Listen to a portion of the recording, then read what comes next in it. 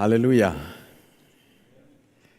Yes, I'm so grateful. And I want to talk about holistic ministry. And I'll give just a simple definition that I think encompasses what really holistic ministry is. And it is a biblical transformational ministry that addresses all the needs of a person. And that includes physical, social, and spiritual. And probably, just to distinguish it, I would say it is not the typical maintenance approach that we have in church of just attending to the spiritual needs and having fellowship, just which is, for maintenance, just for us to remain as Christians. We need to go beyond that.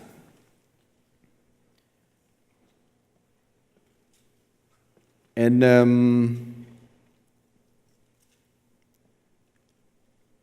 I would want just to give a few minutes just to explain what chair is. I know Mary talked about it. And somebody has requested me just to talk about what chair actually is.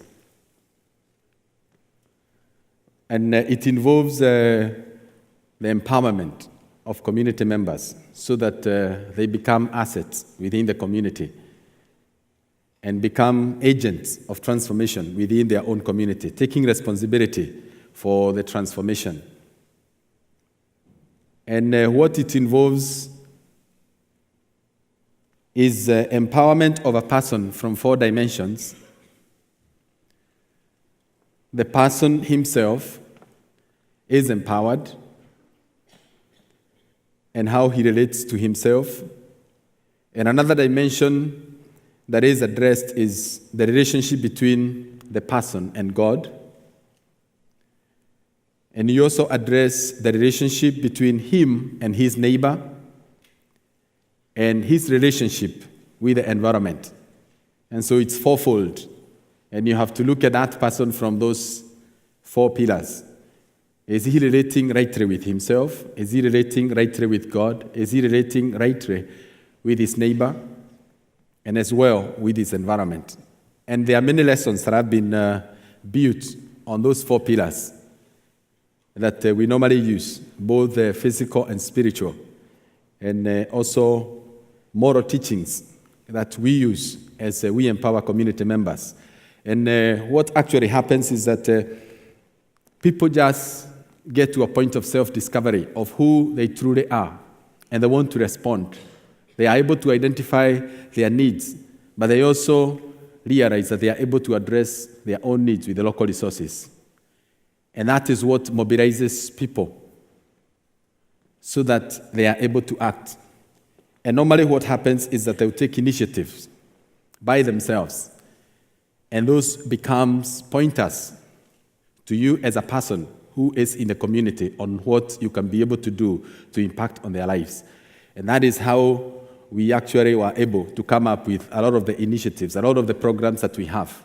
When community members take initiative out of self-discovery, they want to attend to their own needs because they have been empowered.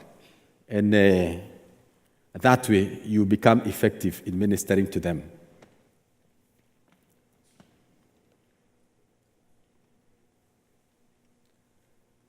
I would want to talk about some important facts and trends. And I know Mary has highlighted that on trends in urban population, which should actually be a concern to us. And I want to zero in on the fact that 50% of the world population by 2050 will be living as squatters or urban slum dwellers. And they'll be living in poverty. They'll be living in third world countries. And that means that the government in these countries will not be able to attend to their needs. And it ought to be a concern for us. And I believe this presents a great opportunity for the church to bring transformation to these communities Because one of the things that we have learned as we've continued in ministry is that people who are in transition and are vulnerable are particularly receptive of the gospel. And for us as a church, that is a great opportunity to bring transformation to these communities.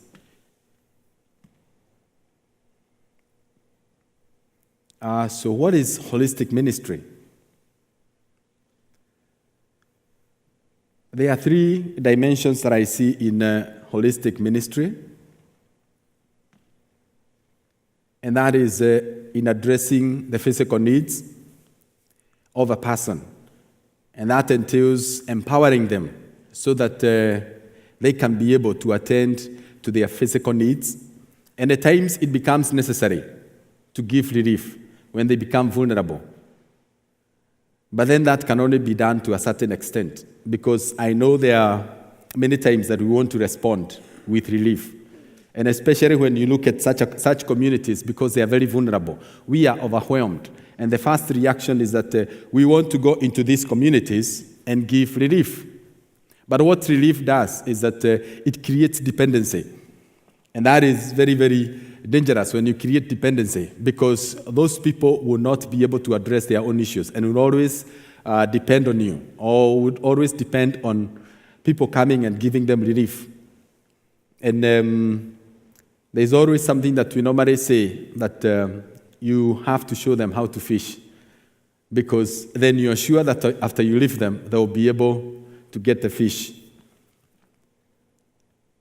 But I would want to point out something about empowerment and the need to empower these people. You realize for them actually to be in these conditions, to be living in the circumstances in which they are in, there are forces that have caused them to be there. And we need to address those forces. I like a statement that was made by a minister who said that it is good to train them how to fish, but you must realize that the ponds have their owners. And you may as well train them, but they may not be able to access those ponds because they have owners. And you have to deal with these owners so that they have access to the pond and be able to fish as well. And we have to go beyond just training them how to fish as well. And that is dealing with the powers and principalities. The Bible tells us in the book of Ephesians 6 from verse 10 that our battle is not against flesh and blood, but against spiritual forces and powers of darkness. And those are issues that we have to be careful about, even as we do holistic ministry, that we have to address the principalities and powers that are causing this situation to be. Because much as we are going to respond with relief and with empowerment, we have to go a step further and address the spiritual forces that are operating in those communities so that these people can actually be set free.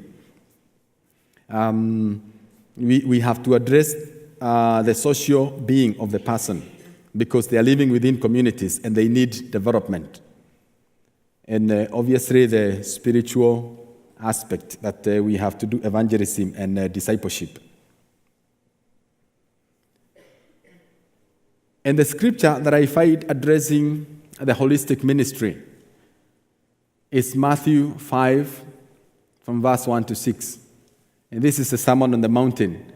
And Jesus talks so much about the qualities that are supposed to be in a Christian. And essentially, they talk about the character of the Christian, which is very, very important. And I would want to concentrate more from verse 13, that says that we are the salt of the earth, and we are the light of the world. And what I would like us to see is the fact that salt, it is used to add flavor to food. And also, in many settings, it is normally used to prevent decay. In places where there are no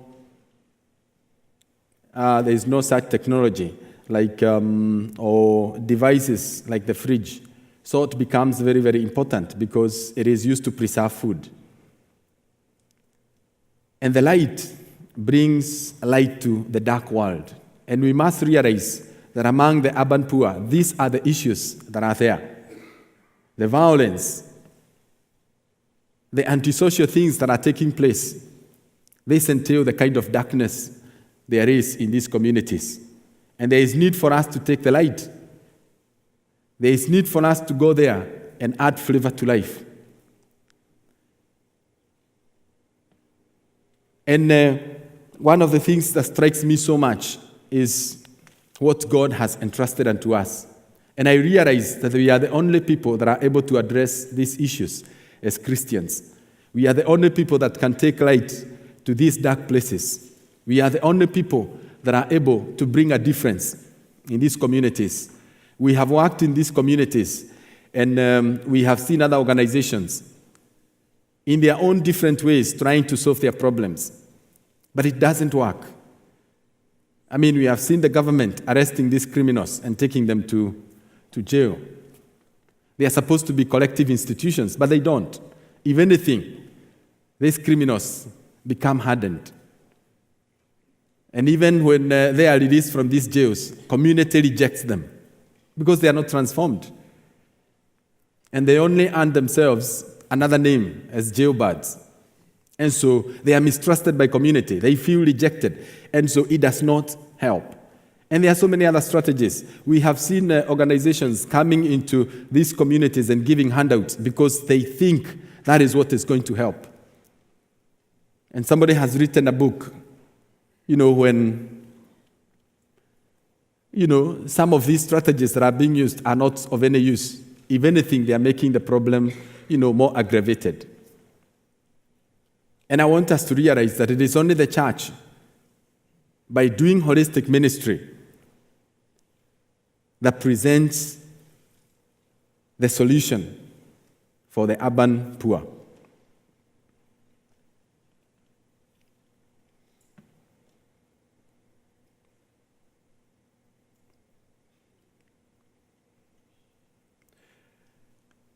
How do we do it?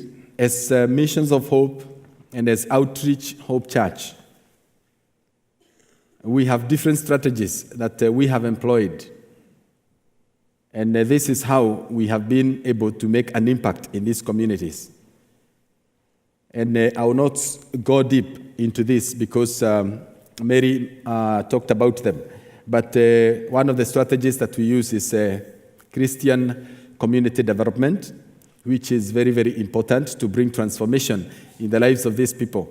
And some of the initiatives that we have is we do it through education and the feeding program, and that is targeting the children. We use business development services, and this entails the microfinance program, where we give loans and train people to do business, and we have the skills training program. And the skills training program actually addresses the issue of people who do not have the confidence actually to start up businesses, or those people that will require, loans for a startup.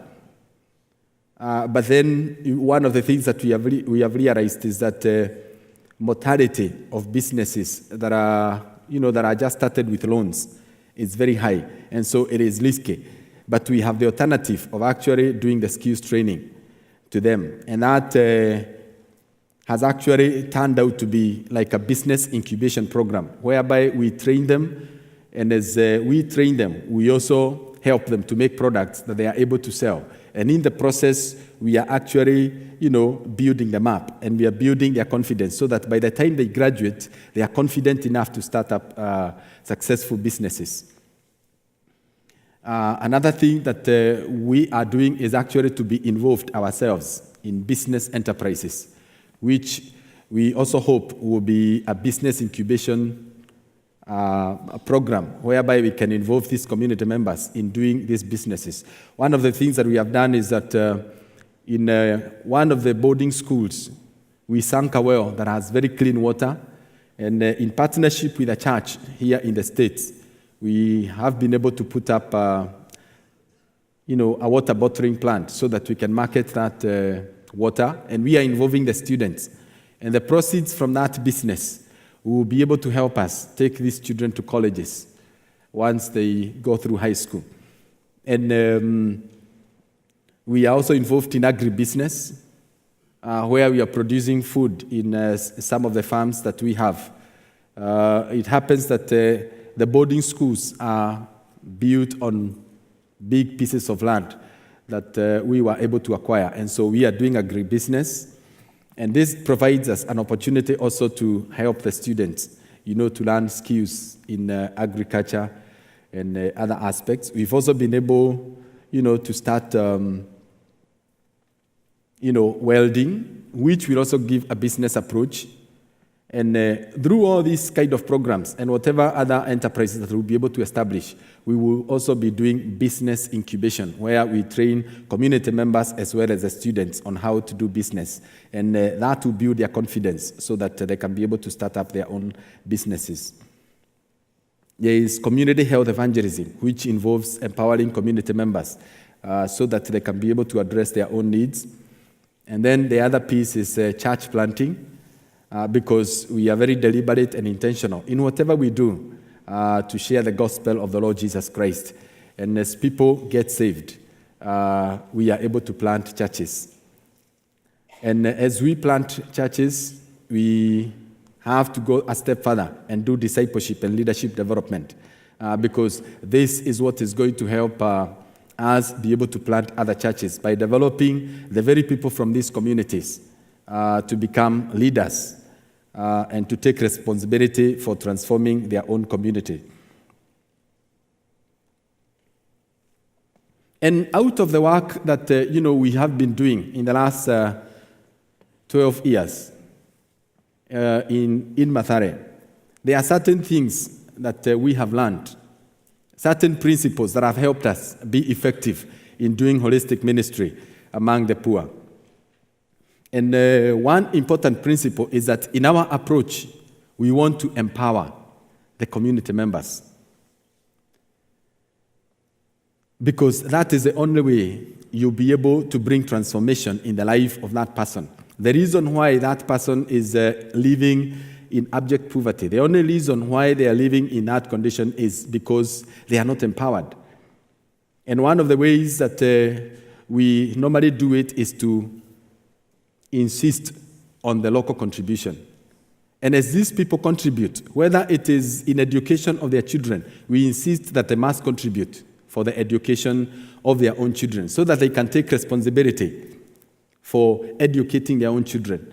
And it may be as little as 20 shillings, but that retro contribution means so much because it enhances the relationship between the parents or the guardians and their own children. We do not want a situation whereby these children are empowered and tomorrow they will be professionals, people that are prominent, but they will look down on their own parents because their parents do not contribute and say that you never contributed to my own education.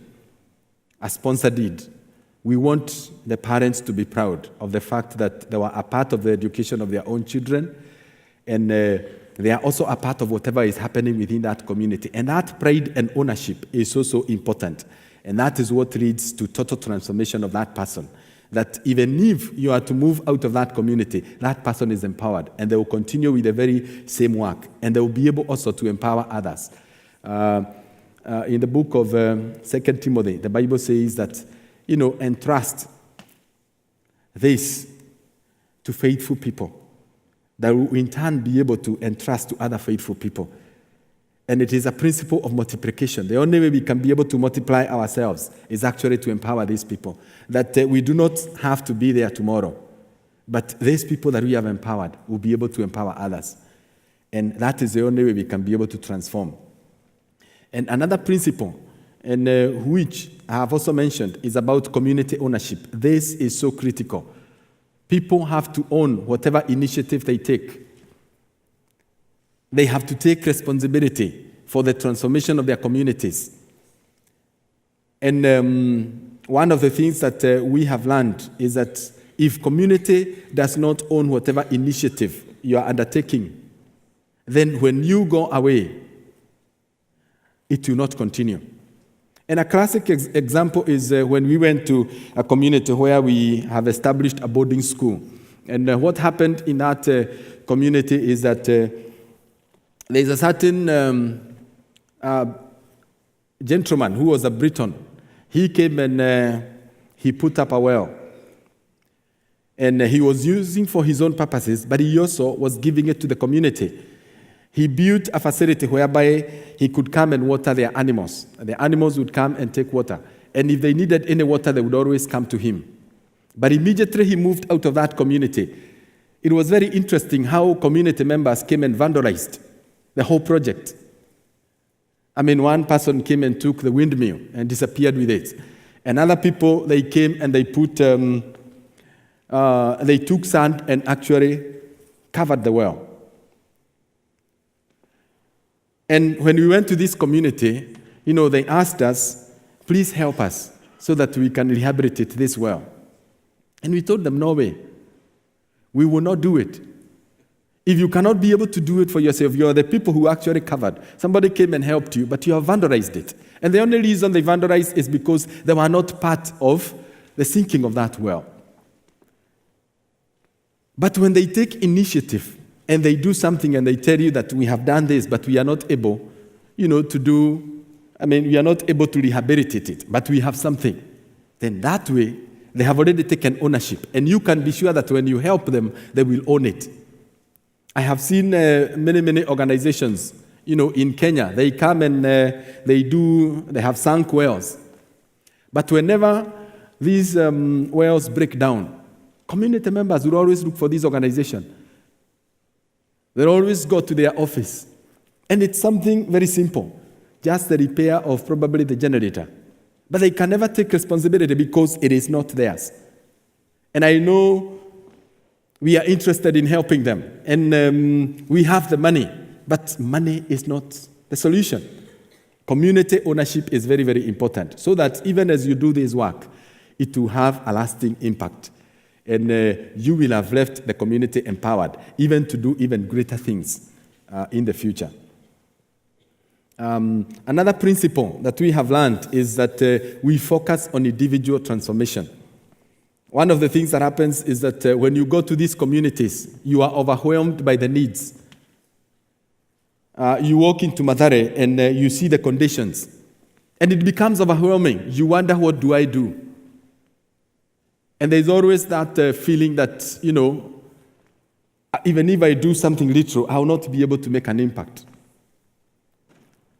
But we have learned that when we focus on individual transformation, we are effective.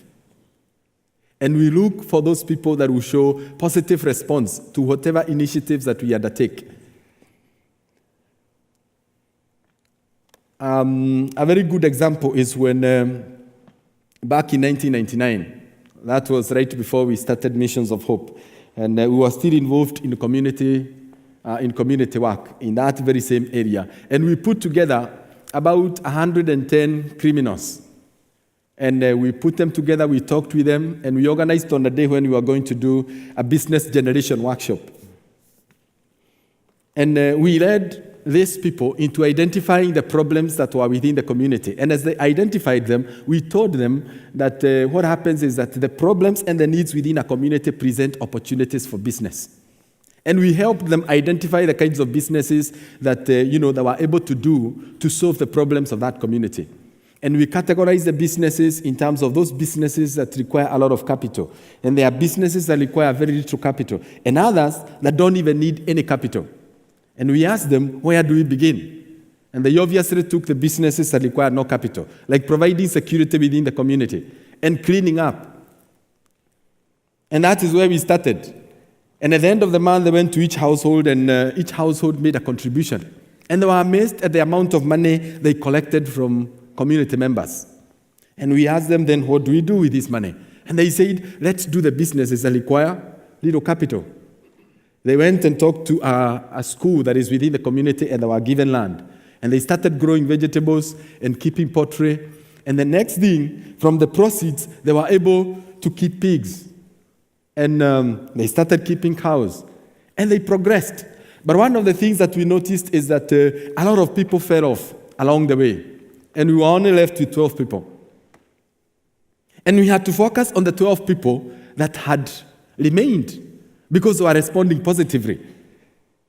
And you focus on these people and you give attention and develop them because they become the role models within that community. They become assets that will help you to impact on others.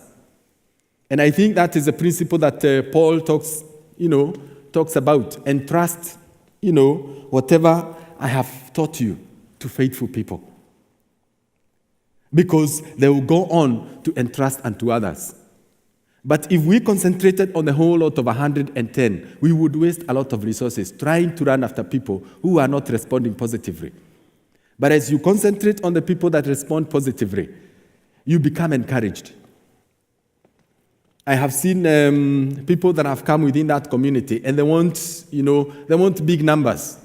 And so you try to run after people that are not responding positively, and you end up wasting a lot of resources and a lot of time, while you should be able to concentrate on the individuals that respond positively, because they become key assets within that community that will help you even reach to others. And one of the things that we have discovered is that when these people that you have concentrated on succeed, others that ran away want to come back, because they have seen that somebody has benefited. And it is always one step at a time. You cannot be able to transform the whole community all at a go. But you have to go step by step by focusing on the individuals that respond positively. Another thing is that even as you undertake programs, you have to ensure that these programs are community-driven. And I know, like for us, because we have been able to undertake the different programs and they have been successful, it is easy for us now to think that we can start different programs. But we are very careful. We always have to be patient that these programs are actually community-driven. It is a community that has always to take initiative and go ahead of us. Because we have to ensure that, community takes ownership. And we have to have that in mind always. Like there are some communities where we've already started schools, but we have not started microfinance. And we are hesitant to start microfinance in those areas because the community has not asked for it. Or we feel they are still dependent. There is still an element of dependency that will hinder the progress of microfinance. And we have to be patient until they actually take initiative and ask for microfinance. And that is the only time that we are sure that we'll be able to be successful. Another principle is that even as we undertake these programs, we must ensure balance by emphasizing on the spiritual ministry. I know for now, we have been successful in our education programs. Our children are doing very well. And it is very, very tempting just to concentrate on these programs, the education program, and we forget about the spiritual ministry. And I will tell you, our success has been because we have been very, very deliberate in ensuring that we have intensive spiritual programs, devotions, and ensuring that we are also developing these children in having Christian education in their classes.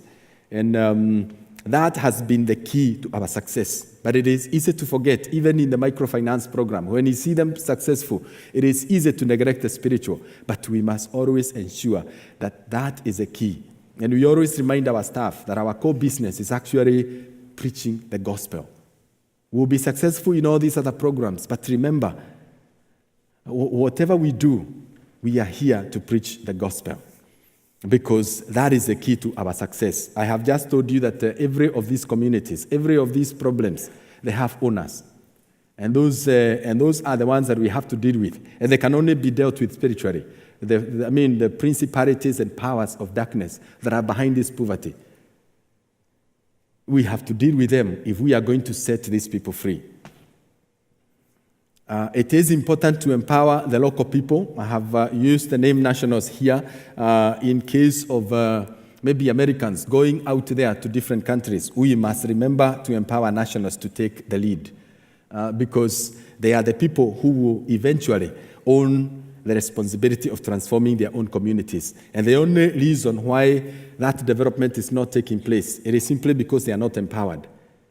And we cannot assume that we are going to solve their own problems. It is them who are going to solve their own problems. And so we must empower them to take the lead. And a time will come when we have to take the back seat. And that involves transfer of skills. The skills that we have, we transfer to them. One of the things that we have really benefited from is when we have had teachers from the US come and train our own teachers. A time came when the government actually outlawed corporal punishment. And yet, it did not train the teachers on alternative ways of discipline. And so the teachers were left at a loss because they were so used to using corporal punishment. And teachers from the US, they came and trained our teachers on alternative ways, like positive behavior enforcement, teaching by love and logic. And it was real handy. But what also happened is that they took some of our teachers and trained them as being trainers. And so now we have some of our teachers that are able to train any new teachers that we have. And so we have been empowered. We don't have to rely on the teachers from America to come and always teach our teachers because they have already empowered our own people. And we can be able to always teach the new teachers that we recruit. And those are some of the principles that have been very, very helpful in being effective. There are some unique lessons that we have also learned in the process of doing ministry, and we are very, very careful that we do not make the same mistakes. And some of these may be repetitive, but I think it is important to point out. One of the lessons we have learned is that handouts disempower. And as part of the orientation, we always talk to visitors that come, short-term mission teams that come. When we have interns and apprentices coming from America or from other countries, we will always tell them that we do not allow the handing out of money or any other thing to community members because it disempowers. And it is like showing them that they are not able. But we always want to emphasize to them that they are able. And so we always avoid the issue of giving handouts, which has actually been the culture of a lot of organizations, non-profit organizations that have come to developing countries. I mean, they give handouts. We went to a community that is called Kibera. Kibera is the biggest slum in Nairobi. And we wanted to do work there, and we started a school. And we also wanted to start microfinance. But we had to withdraw from that community. Why? Because there are so many organizations that have been giving handouts. And so we have to find another strategy of actually getting into that community because that community has been disempowered. And we realize we cannot be able to do much successfully because of this culture of handouts. And so it is important that we be careful, even as we want to reach out to the poor. Handouts do not help.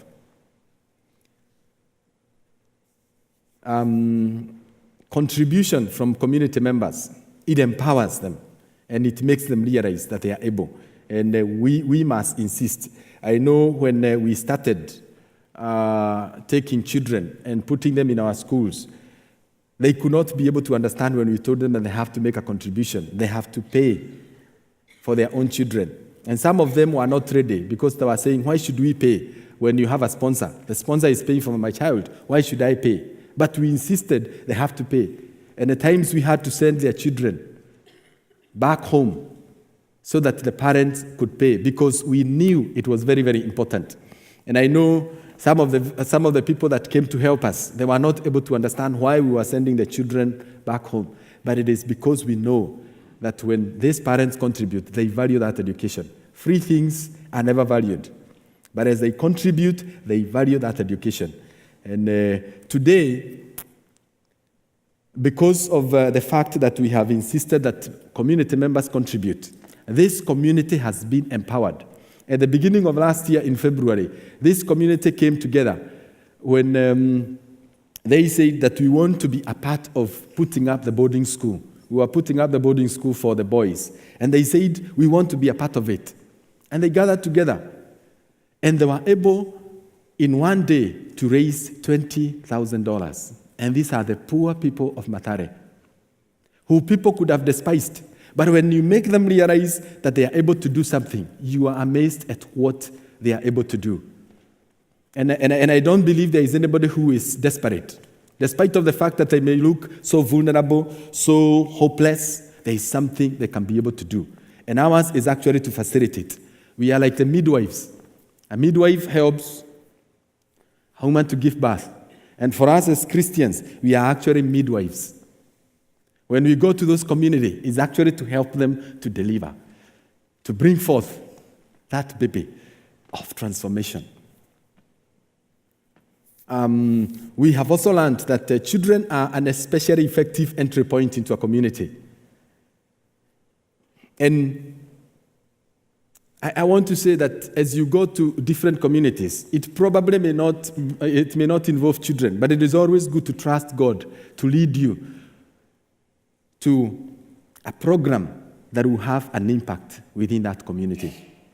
And I have read books written by other missionaries. And one of them says that there's a scripture that says that God has put eternity in their hearts.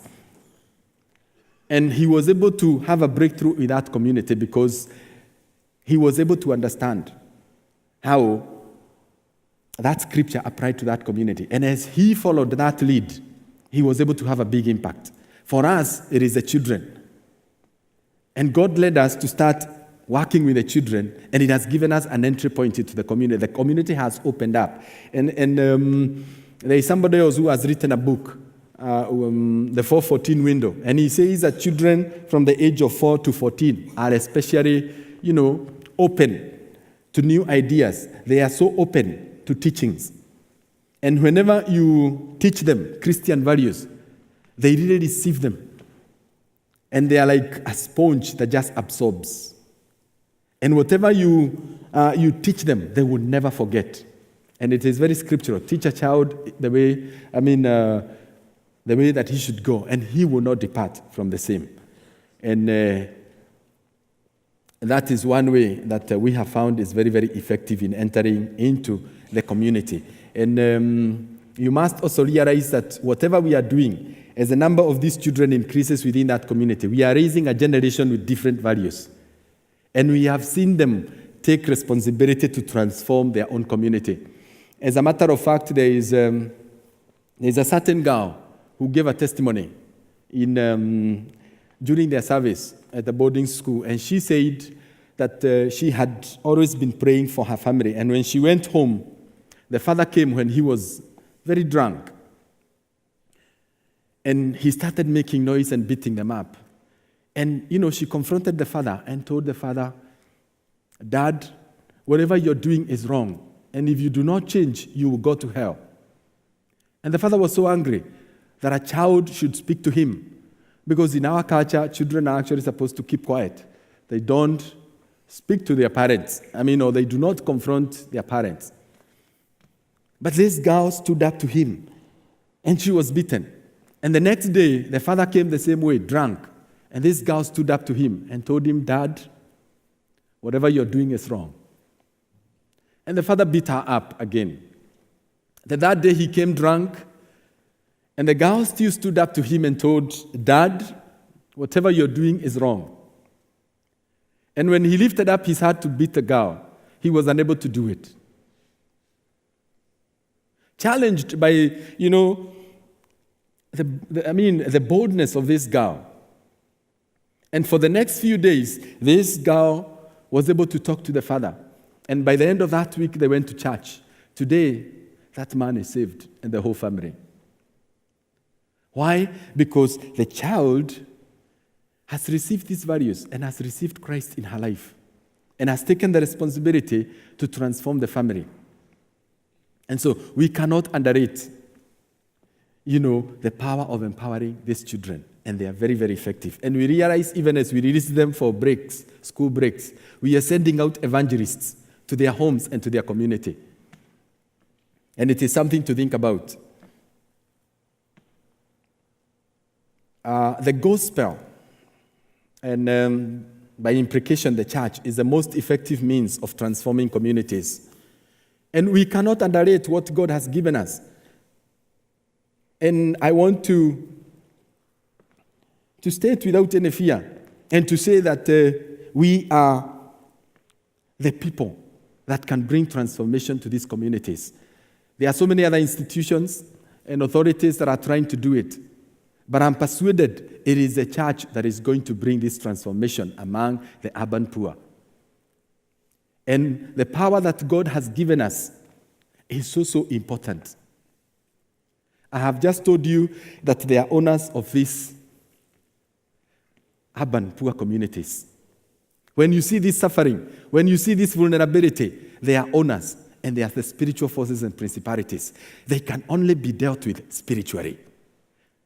And governments and all other non-profit organizations, they do not have that spiritual solution. It is only the church that has that ability to deal with the spiritual forces that will set free these people.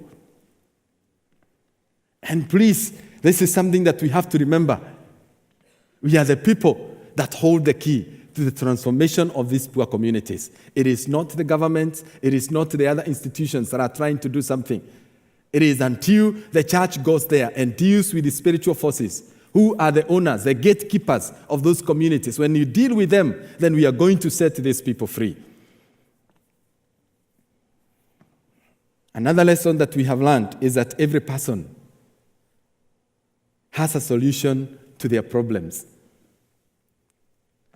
And all they are lacking is somebody to facilitate or to help them discover that solution.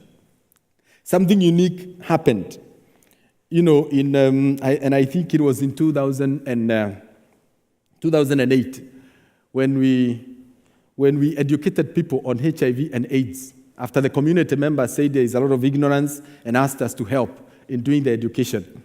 And those that, after training them, we asked them to go for voluntary testing. And those that tested positive came back to us. And they asked us if there is any way that we can help. And, all that we did was just putting them together in support groups. And we facilitated Bible study. But at the end of it all, we never even told them how to do business or to do anything. All that we did was just facilitate their Bible study. But as they met together, day after day, they came up with their own solutions. They started their own businesses, and they started with making liquid soap. And as they, started making liquid soap, we were the first customers, but they were able to sell. And when they succeeded, that became the catalyst for change in their own lives. Today, as we speak, most of them own their own businesses. They are successful. They have become now the people who go out to community to empower others. We never did anything other than just to facilitate Bible study. And through that, they came to know the Lord Jesus Christ and found a solution to their own problems. We have seen it. There is a case of a certain lady that was a beggar. She's called Anne. All along, she had been going to the street with her 3 boys and begging. And the only thing that happened is that we established a positive relationship with her. And she came to know the Lord Jesus Christ. And out of that, she found her solution to her problem. She came up with a business idea. We never gave her the business idea. That business idea was within her. But she could not be able to use it until a Christian came along and helped her to discover. And she gained confidence to do it. Today, Anne is a business person, a respected person within the community. And now she's actually moving out of the community because she has been able to put up a house out of that community. She's waiting for us to go home to go and bless that house. All that we did, we were just available. And we helped her to discover a solution that was with them. There is nobody who is desperate. Even the most desperate of cases within the community, I'm persuaded all that we need to do is to be there to be used of Christ, to help them discover a solution that is within them. And we have to be there. We have to go there. And if we do so, the Lord will use us to transform these communities. And finally, I want to say Matthew 4:16 says that the people living in darkness have seen a great light. And that great light cannot be anything else other than the gospel, which can only be taken there by us Christians. We are the light that is going to shine in that darkness. We are the light, or the people that are going to deal with those forces, the principalities and powers that are holding them. And as we deal with them as a church, we are going to help these people. Jesus has called the church to go into the world. He says in Matthew 28, verse 19 and 20, that go ye into the world. And I know it feels warm to be in the church. It feels warm to be in the fellowship of believers. But brethren, we are called to go into the world. And we can only be the church when we go into the world.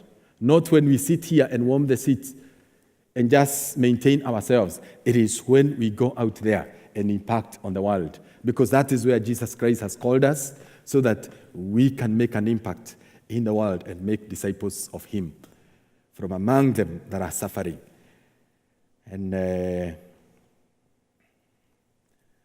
I believe that is what God has called each and every one of us, to transform the valleys of darkness into the mountain of God, so that people will be coming there to worship God on his mountain by breaking the forces of evil that are holding these people in the valley of darkness, that they cannot be able to worship God in truth and in spirit. But as we go there, brethren, we will turn them into mountains of God. God bless you.